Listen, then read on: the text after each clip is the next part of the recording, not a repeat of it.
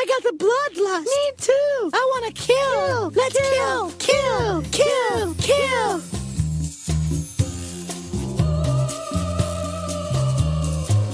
Hello, listeners, and welcome to The Bloodlust. This is your go-to podcast for classy broads talking horror since 2014. This is episode 264 of the program. Tonight we're talking about Strange Darling, the second, I believe, feature film from director J.T. Molnar. Yes. My name is Amy. I am your fearless leader, joined as always by my lovely and talented Almost co-host as Jamie. always, but hello. Hi. Hi. Second time in a row we've been having some technical problems. It's tech. Just when you think everything's going to run smoothly, you're proven horribly wrong. That's correct. These things happen. What are you going to do? Bitch and moan. And tell anyone who's listening Whine who and works complain. at Apple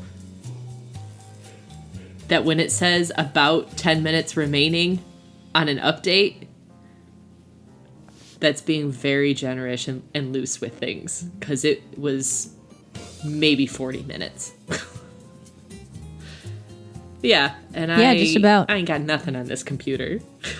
There's no reason it should take so slow. But that's neither here nor there. We seem to be working just fine now. And also, if someone says to update, you should show the most recent one and let them update to the most recent one and not have that pop up later. Just a couple little tips for anyone out there Well, who might have a voice if to you're the right people. an engineer at Apple. Those are my complaints. And after the airing of grievances, we'll move along to our roundtable question. Are you all familiar with the program Hot Ones? I'm only familiar by name. I've never watched it. Oh, it's so enjoyable. I love that show. I loved the very early seasons. Those are, to me, the best.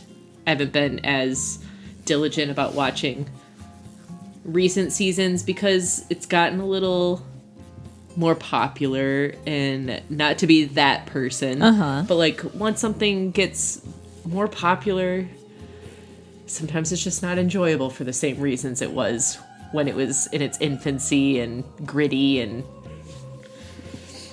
but that being said, every so often there's a person on it that I absolutely love, and I think Sean is a great interviewer. And who have been some of your favorite stars that have been interviewed? Paul Rudd is maybe my absolute favorite. Key and Peele were really good. Bryan Cranston was really good. I thought Jennifer Lawrence was very funny when she was on it. Way early on, I liked when... Man, I can't even think of his name now at this point. He was just like... He was a rap artist. A white guy rapper. Oh, I'm blanking on it, but he was really funny. He used to have a lot of, like, lesser-known rappers early on, and I always thought those were the most interesting. Like, they were pretty interesting, so... Well, that brings us to our roundtable discussion for this episode, which is... Jamie, which horror movie character would you like to see interviewed on Hot Ones?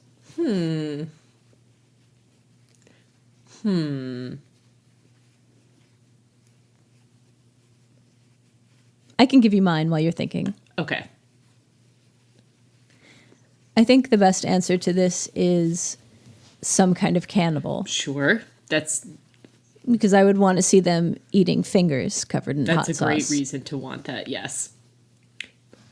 And I would pick somebody who is very erudite and a cannibal. And so the logical choice then would be Hannibal Obviously. Lecter.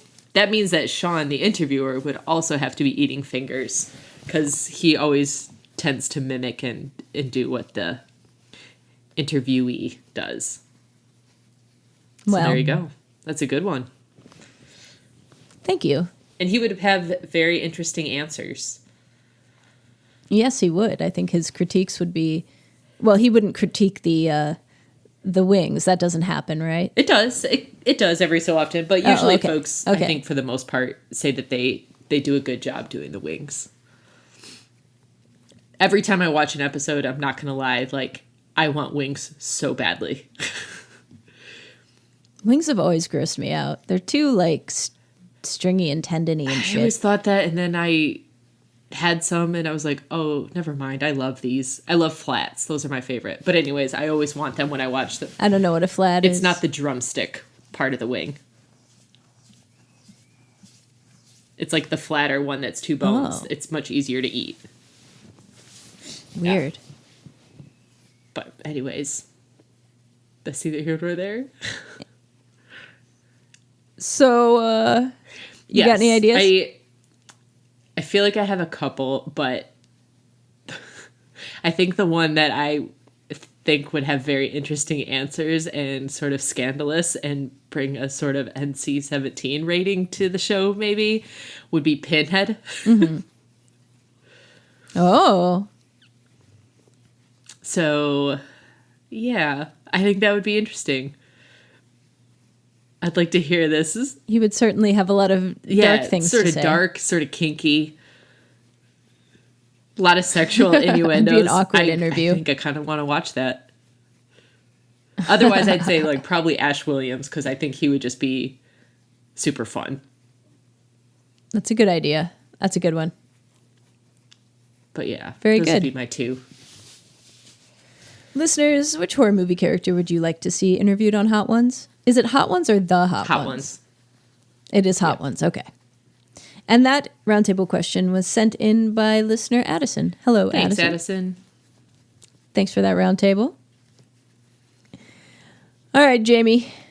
Shall we start talking about the movie? I mean, yeah, let's. Okay. I'm ready. After some delay, Yeah. let us begin talking about Strange Darling. Would you give us the stats, please? Sure. This movie is rated R. It has a runtime of 1 hour, 37 minutes. It was written and directed by J.T. Mulner. It stars Willa Fitzgerald, Kyle Gallner, and Ed Begley Jr., and also Barbara Hershey. If we're throwing him in there, they've got the same amount of screen time pretty much. Yep. Premiered at Fantastic Fest, September 22nd, 2023.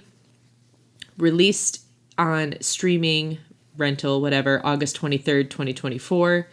On Rotten Tomatoes, it's 95% fresh with critics, 85% fresh with audiences.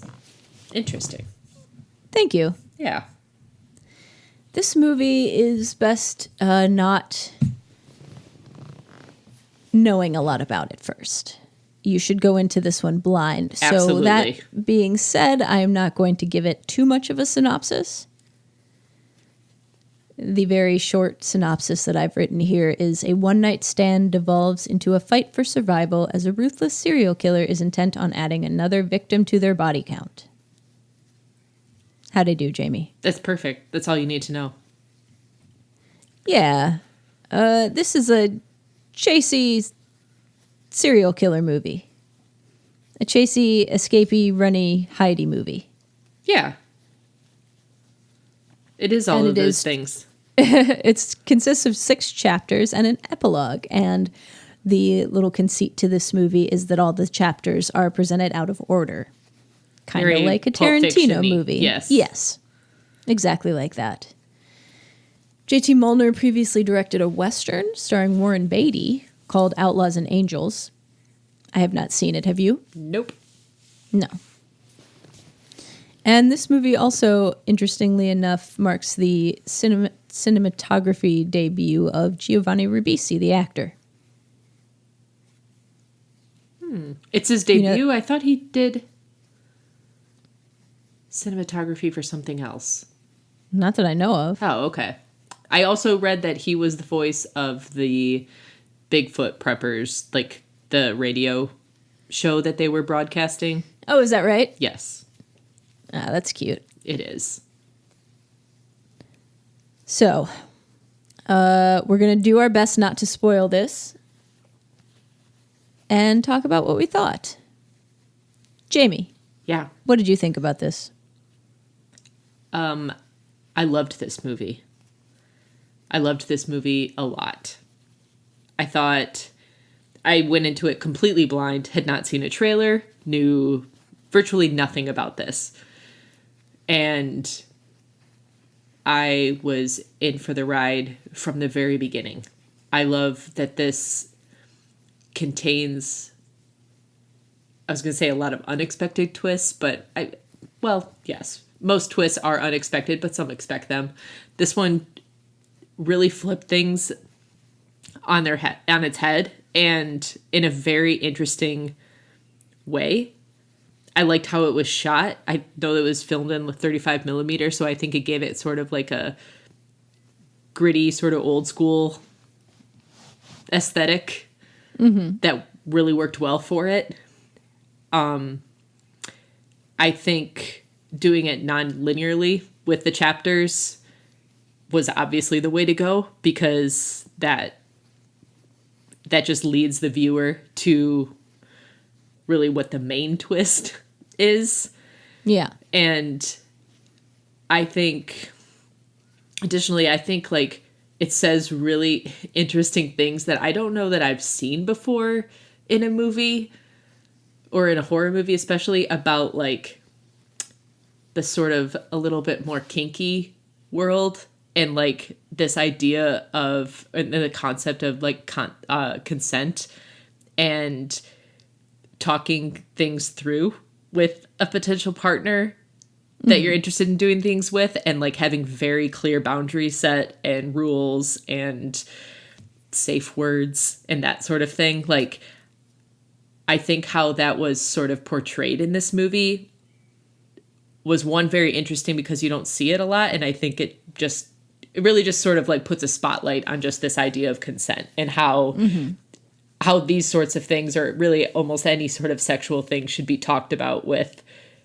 people, like it's okay to talk about those things. It creates a safe space. But then I also like how by doing that, it really also like fed into the overall story of this, and the sort of mystery of what is happening, and the uncertainty of what is going on, and what the characters' motives are, and who is or isn't, the person we should be rooting for, sort of deal. I just really like that. I thought it was super fascinating to see that. I thought parts of this film, mainly the beginning, some of the middle, it was like far sexier than I anticipated. Like, what's his name? Kyle Gallner? He's a hunky fella. It's very hunky. And I just think like, Andy looks like your boyfriend. He does. Yes, he does resemble him. But I just thought the chemistry between the two characters, him and Willa Fitzgerald, I thought it was very believable, very sort of like electric. You could feel it. And how this movie starts, and then it starts with the chase scene. And of course, naturally, you already sort of build up expectations for each character that you're seeing. And, you're sort of already building on past experiences with movies that are similar. Like, oh, I know what's happening here. So you're already like presupposing what each person is about.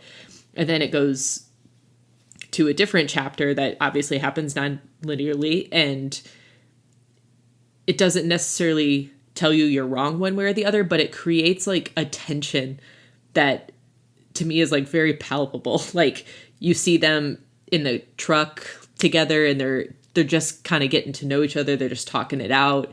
It's sort of casual at first, and then it's like getting sexier and like way more heated. And I think switching from that back to like the intense scenes from later on, and then back to their sort of meet, I think that just very, very successfully and artfully created a level of unease and tension where you're, as the viewer, you've already kind of developed these presupposed ideas of who's doing what and what's going on here. And then you see these other snippets of a different period in time, and you're like, okay, well, that kind of fits it, but it also like muddies the waters a little bit.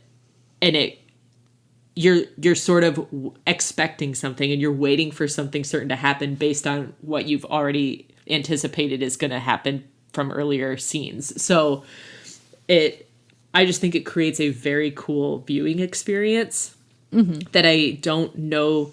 I mean, it's really great editing in general, just like knowing when to cut back and forth and what to show and not to show too much, and knowing exactly like what specific information to dole out. But I also think it is very much like important that the two main characters seem to have a lot of chemistry, and they play both those roles so well that it's easy to be convinced of one thing when you're first seeing it early on, but then also to like maybe switch completely multiple times throughout the movie based on what you're currently being shown. Like, they give you just enough that you think you got it, and then you doubt yourself moments later. And I just think that's very fun. And I thought it was successfully done. And yeah, without talking about spoiler stuff, like I just absolutely loved this. I thought it was super great. I had a ton of fun watching it. I definitely want to watch it again. It's got a very small cast. And I think it may be in the hands of a less capable cast, it maybe wouldn't have been as successful and maybe would have felt a little more like campy and chalky. Like, everyone, I think, just played their parts super well, and it made everything just sort of fall into place and work very nicely for me. Willa Fitzgerald especially, I thought was very, very good. Oh, 100%. But I also think like that Kyle Gallner was, because it is so easy to come to a conclusion about him right away.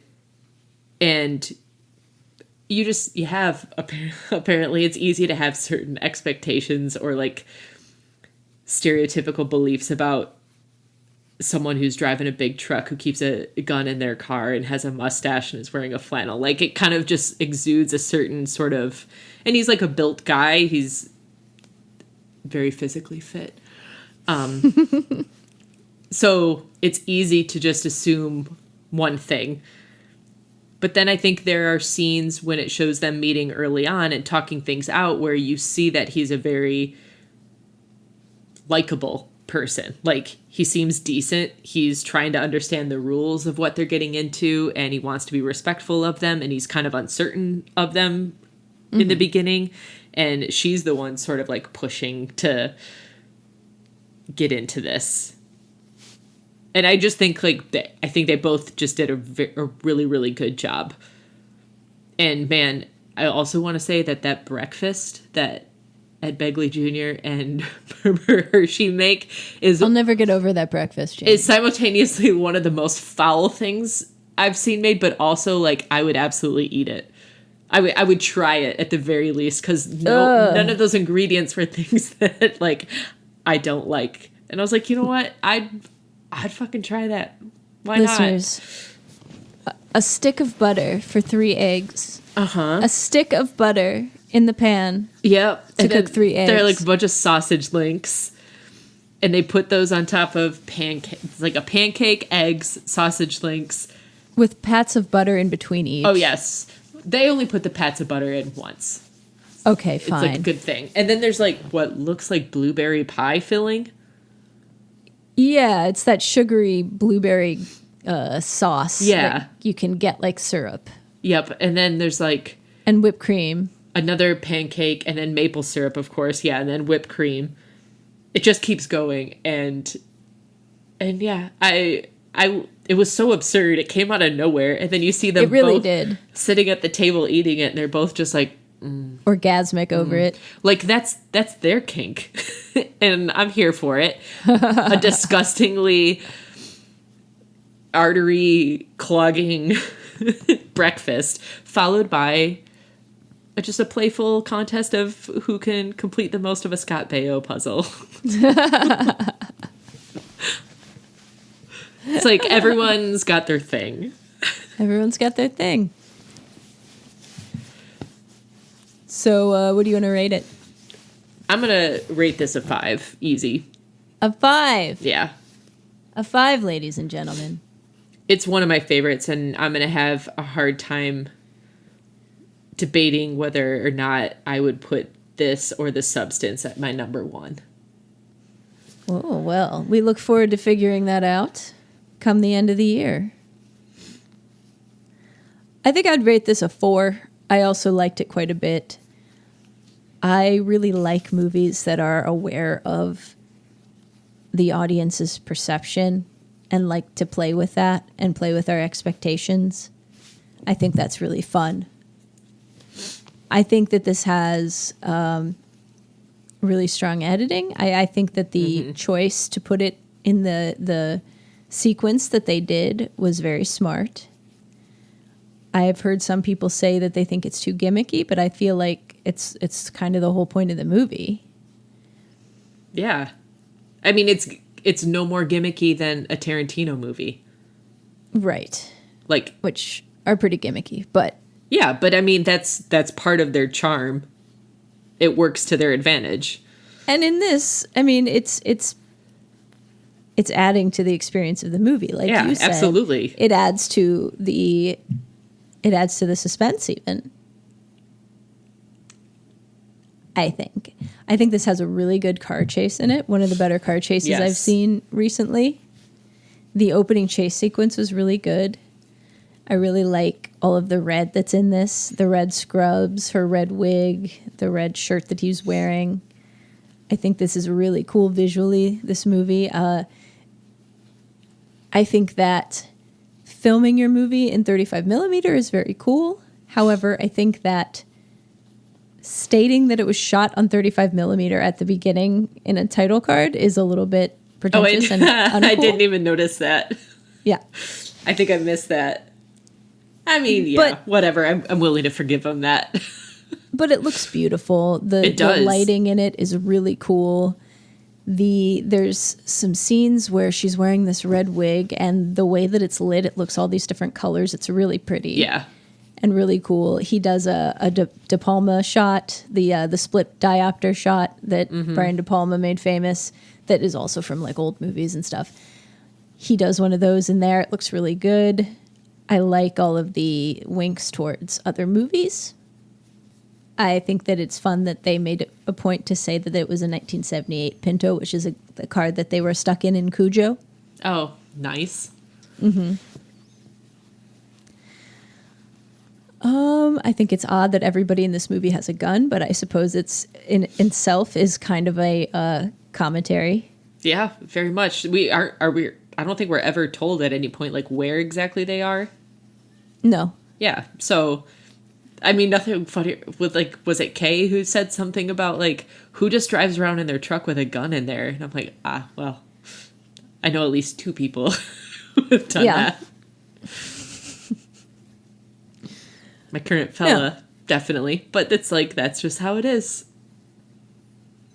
And that's how it is in this movie. What's normal for some folks is not for others. I like what this has to say about expectation as far as the viewer goes. I'm not sure what it says about men and women exactly. I don't know that it's really supposed to be about that. I don't know. I don't have a whole lot to say, except that I think that it was really smartly made. I think it's about men and women or couples of any ilk simply in the respect that, like, they really did spend so much time talking about the consent of things. And I understand that benefits what happens later on. And it plays into that whole thing and the sort of like gotcha moments and that sort of stuff. But like, I also just find it very refreshing and sort of healthy to just see 2 adults who clearly are like sexually attracted to one another and obviously on the verge of going to bang, but like talking about the details of like, she's explaining what she's into and what she would like to experience. And he is very much interested in just wanting to get the ground rules out there. And then what we see later on play out is that they're listened to, and they're respected to a point when they're not. But like, I just found that very interesting. Not because I'm a particularly, I'm into all that necessarily, but like, I don't know that I've ever seen it discussed in such a what seemed like a natural way that was just sort of a healthy conversation between two people. It seemed out of place in this movie a little bit, huh? It did at first, but then as you keep watching it, you realize how important that was, and then how that plays into the events that unfold later on. Right.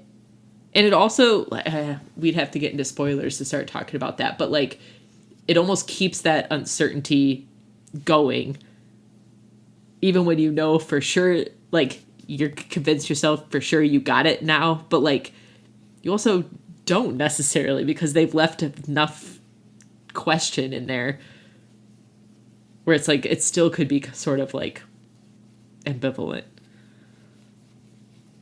I don't know. What did you think I just about... really liked this so much. What did you think about the ending? How did you like where it ultimately lands? I really kind of loved the ending. I enjoyed the ending too. Yeah. I thought it was I thought it was way to great. end it. I thought they didn't hang on anything too long. They didn't sort of nice things up at the end. And I think the ultimate like final events that happen at the very end, or that like the one thing that precipitated what happens at the very end, like none of that felt forced. It felt very sort of like natural with the progression of all the events that happened throughout this movie, where it's like, it's very much ramped up and moves quickly at a certain point and just kind of gets batshit. But like, I really like how it was ended. Yeah, I enjoyed the ending too. To whom would you recommend this?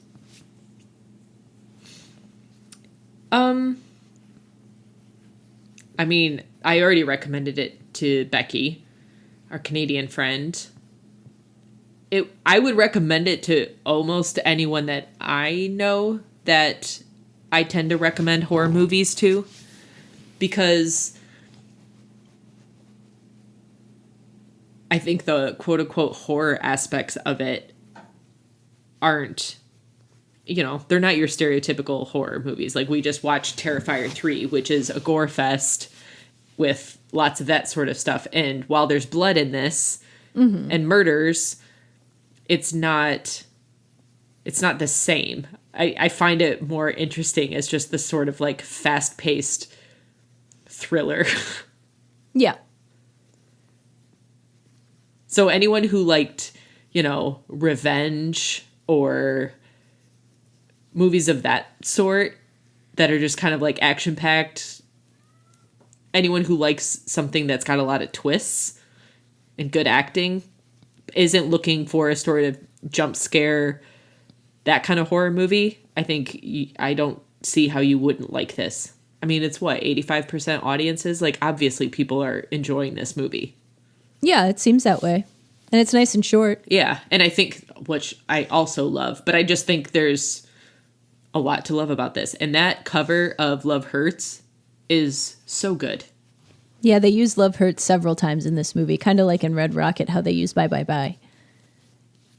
And it's a few different versions of it in it. And the character, I think the main character even sings it. Yes.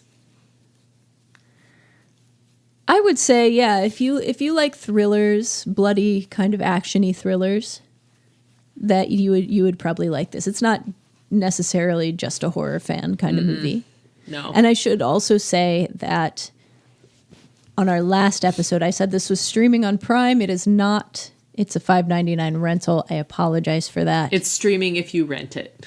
Yeah, I when I look on Rotten Tomatoes to see what's coming out next, sometimes Rotten Tomatoes will say things are on Prime and they're not. Liars. They're on Prime if you rent them, just like Jamie said. So I'm sorry if I misled you and you accidentally had to pay for this or decided not to watch it because you had to pay for it. I would pay Worth for the this rental. again. Yeah, I think it's worth 100%. a rental. I will likely pay for this again to watch it. So I think that we should get into spoilers so we can talk about the movie in a little bit more detail. But I think we both suggest that you not listen to the rest until you've seen the movie, if you plan on watching it. Definitely. Go in as blind as you can. Okay, spoilers. Spoilers. So, of course, the movie opens with Willa Fitzgerald, who's just called the lady in this, running through the woods being pursued by the demon, who is Kyle Gallner's character. And there's this awesome chase. He shoots at her car. She wrecks. And then she runs through the woods and ends up at Barbara Hershey and Ed Begley Jr.'s house. They're like hippie doomsday preppers. Bigfoot enthusiasts. Yeah, there's a whole thing going through this in the background and stuff about Bigfoot. What did she call it? Squatch something? Yes. Oh, shit. I can't remember. Squatching or something like that. Like, yeah, it was just unexpected and funny. Yeah. So if it's played out chronologically, then what happens is Willa Fitzgerald kills Ed Begley Jr. when he tries to call the police for her. The wife comes back in, Barbara Hershey, and she chases her, but she runs away. And I guess I shouldn't even talk about that yet. So, in the beginning, the lady is being pursued through the woods, screaming, bloody-headed, by the demon. The lady is, what's her face? What's her name again? Willa Fitzgerald. Willa Fitzgerald. And the demon is Kyle Gallner. Yes. It does. But then we go back and we see these two prior to this, and they're getting to know each other in a car. They're going to be getting down, and they're laying ground rules. And she likes to be tied up and S&M'd. Yeah, it's very much like a rape fantasy situation. Yeah. There's a safe word, Mr. Snuffleupagus. And all of this is discussed beforehand. And then it happens, and even while you're watching it, you're thinking, like, oh, he might actually be hurting her. We're not sure. Yeah, like stuff he's saying and doing and how she's acting, you're like, oh, this is legit. Like, he's not just playing the game. Despite their ground rules, he's taken it too far. Yeah. And, right. But again, we are surprised that this is not the case. And that was just part of the thing, and it was a big deal. Or it was that was just part of the fantasy. And so now they've gone through with it, and she's like, well, let's not bang yet. Let's do some coke. So unbeknownst to him, she has drugged him with ketamine, and he passes out and wakes up, and she is torturing him.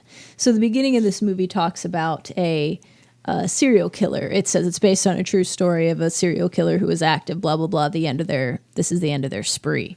It's not a real story. It's made up. But the serial killer that they're talking about in this is the Electric Lady, who is a lady who brands her tortured victims with her initials, which is what she ends up doing to the demon. Yes. How does he end up getting away from her? I can't even remember. Yeah, he's... Oh, he shoots her. Remember if he must not be tied up, but he had a small gun, and this is after she gun on him. Finds out another twist, spoiler, that he's a cop. Right. She's going through his shit, and she finds a bat. In a very Mandy-esque scene. Yeah, and she figures she's got to kill him now. Yes. But he has a gun, and he shoots her ear off. That's what happens. Yeah. And then she starts running, and he starts chasing her. Yep. After snorting copious amounts of cocaine. Which, I mean, she left there, so... Right, and he had to get himself out of that ketamine... The K-hole. Hole. Yes. So the cool thing about the movie is you see a girl running through the woods and a guy after her with a gun. You naturally assume, oh, it's that kind of movie that we've seen a million times. And it's going to be, how does she get away? How does he talk his way? I just watched a movie called Don't Move that's on Netflix, which is basically the straightforward version of this, where a woman is in the woods and a guy approaches her and he is trying to get her and she runs from him for an hour and 20 minutes or whatever. And I thought, oh, wow, I'm watching the exact same movie again. But no, that is not what I was watching. And how refreshing that was. I'll bet. So they go to she's at the house with the people, they get killed. Or one of them gets killed. Ed Begley Jr. gets killed. She's hiding in a freezer. He eventually finds her and shoots her through the freezer. So she's shot again. He gets her handcuffed to the radiator. She ends up biting his neck and killing him. Just when you think that he's finally got her. And after he's called his cop reinforcements to come in. Right. So the cops arrive and she makes it look like he's handcuffed her to, which he did, to the freezer. But that he has raped her and that she killed him in self-defense. Yes. And so the cop, the male cop who he called, was like, I don't know, we shouldn't uncuff her. And the female cop was like, no, she's been... Yeah, like, this is a crime scene. We should go by procedure and probably not touch things. But the female cop says, no, she's a victim. We need to get her out of here and get her to safety. And so... she ends up convincing the other cop, and they're doing that. But as they do, Barbara Hershey comes running up to the police car.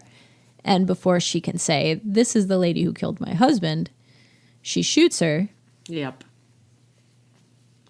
And makes the other cop, get out. The lady cop get out and run away. Walk into the woods, yeah.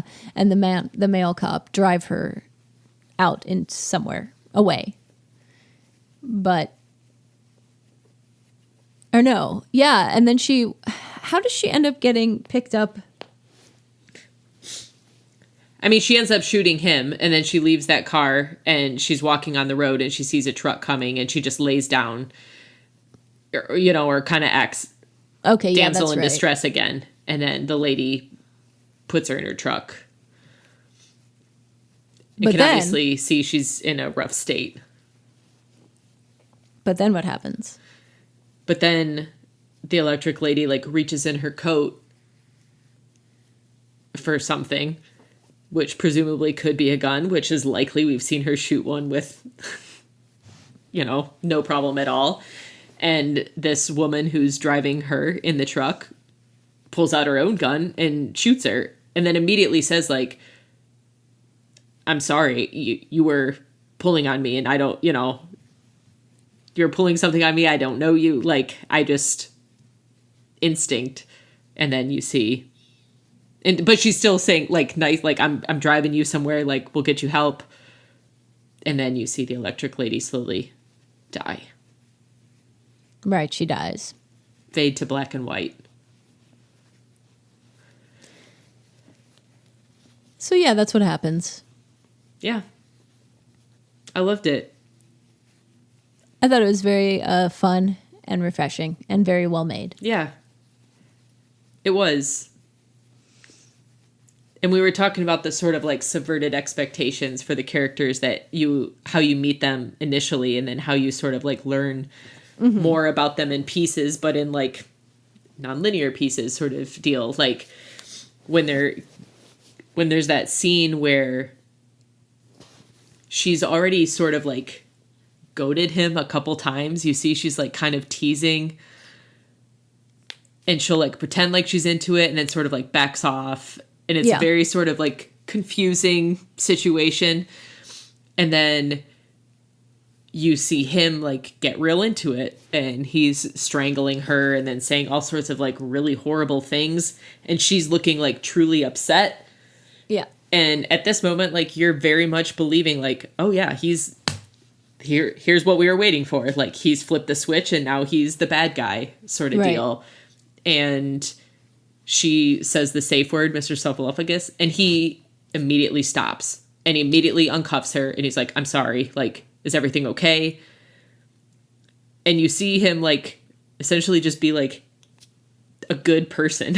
Like he was following the rules. He was doing what she asked and then stopped immediately. And then you see her essentially like tease him or goad him again by like laughing about it and then saying like, oh, I just needed a break sort of thing. So it's like, it's just, I just think it's so artfully done how it plays with your expectations for each character and then like slowly like swaps them out. And you're just like now twisted and thinking like, oh, okay, she's actually batshit crazy. Like she's the killer here. It was just really well done.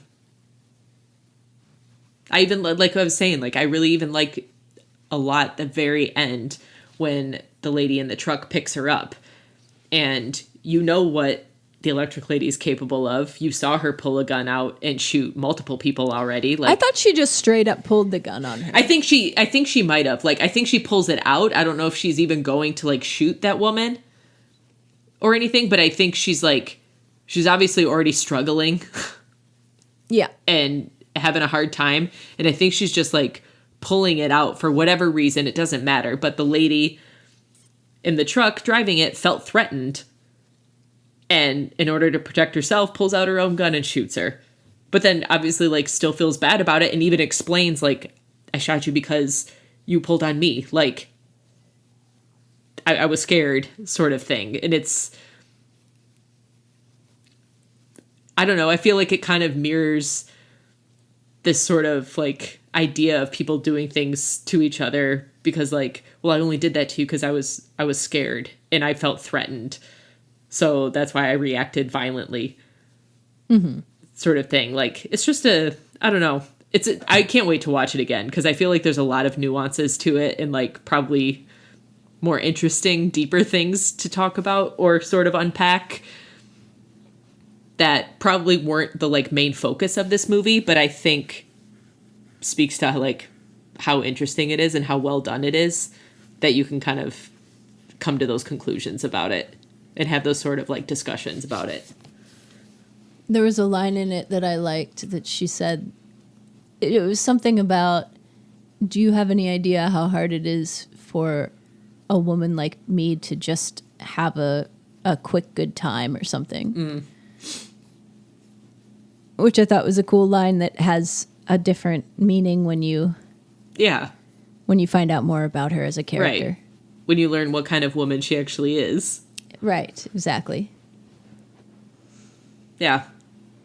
Just so fun. Well, listeners, that's what we think about Strange Darling. If you've seen it, let's hear what you think. You know how to get in touch with us, right?